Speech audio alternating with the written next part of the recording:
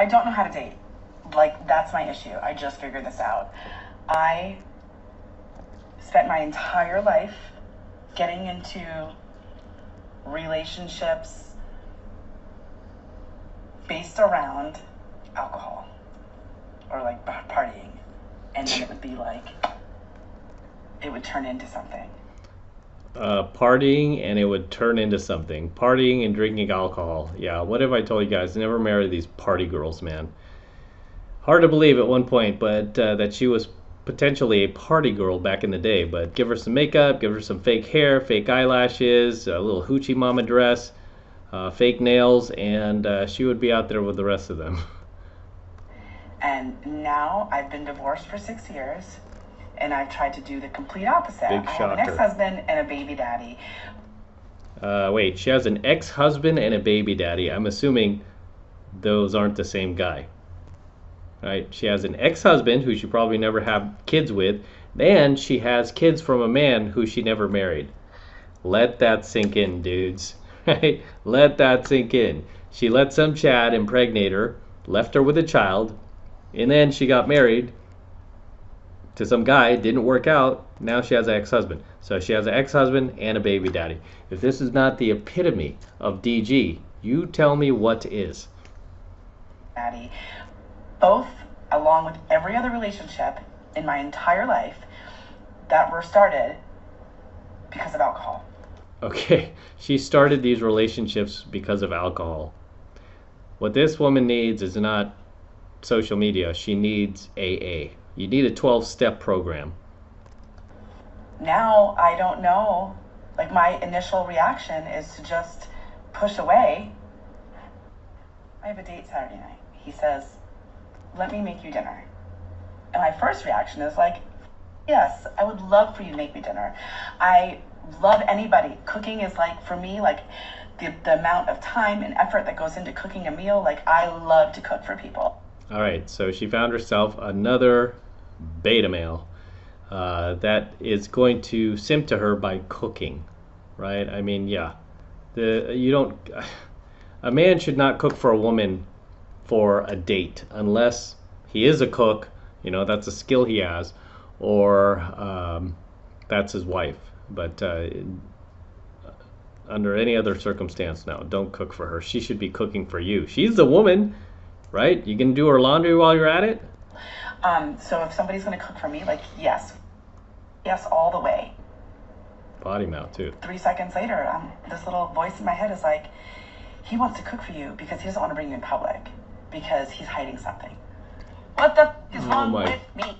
You're DG. That's what's wrong with you. So yeah, this is what happens when you have emotional baggage, unresolved childhood trauma. It just leads to low self-esteem. And this does not surprise me that she met her ex-husband, and the baby daddy, not on a dating app, which would have been terrible, not, through friends or anything like that, but through partying and alcohol. Yeah, this chick is just a mess. That's what's wrong with you. Yeah, don't go see a therapist. Just read some books. Do some work on yourself. Next clip. Because I literally wasted so much time Wait a having minute. Okay, here we go. When I got divorced at 32, I thought my life was over. No one was ever going to want to date me. Like, I had this scarlet A, and I was, like, branded for life. Yeah, I could literally not have been more wrong. And I just really wish that someone would have told me this. Because I just have to make a comment here. Why do all of these divorced women have this same type of aggressive tonality in their voice and this same kind of like in-your-face type of vibe about them? You notice that, guys? All these divorced women, they have that. It's not pleasant. It's very, it's very almost like threatening, right? I mean, it's just, yeah, you just have to catch this. But I notice a lot of these divorced women have the same attitude, and it doesn't surprise me that their marriages didn't work out, right? They're just very masculine, but in the wrong way, because masculinity doesn't mean you're loud and aggressive like that. It means that you can demonstrate those powerful qualities about you, but still be calm like I am now, right? And still articulate what you want to say without getting in your face or cursing or yelling or dropping f-bombs and all this, like many of these divorced women do. But you notice, and I don't get a chance to feature them enough on this channel, like when I get a woman who is married, right, that is doing a video about why, and they're always on the opposite side of the fence of these modern women, right? Married women actually give good advice, and they tell these women to take accountability and stop the pity party.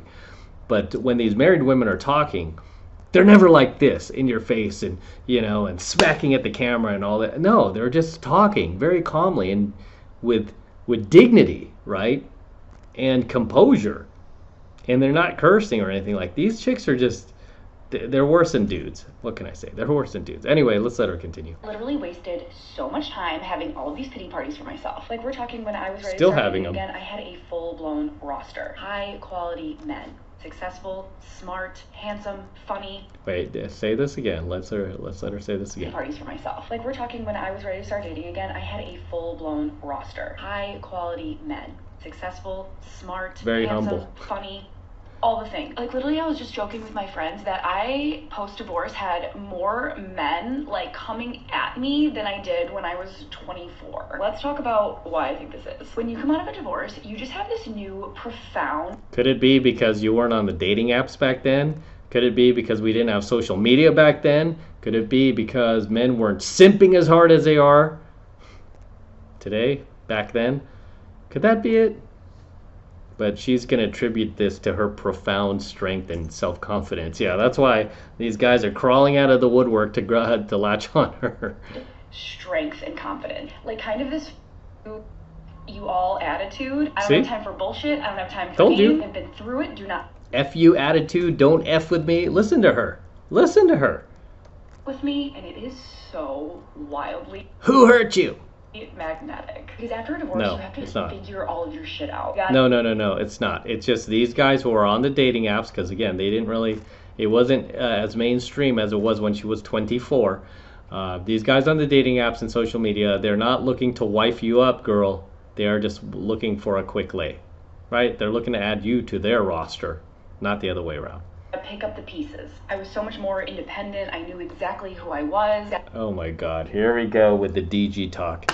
This is straight up damaged goods talk. Oh, I'm more confident, I'm more independent, I know exactly who I am, what I want, I won't take crap from men anymore, I have this FU attitude, I've got a deal breaker list. This is straight up damaged goods talk. This is what happens when you get ran through. Exactly what I wanted and what I expected out of a partner. So please stop worrying. Have some fun dating. You got good things coming.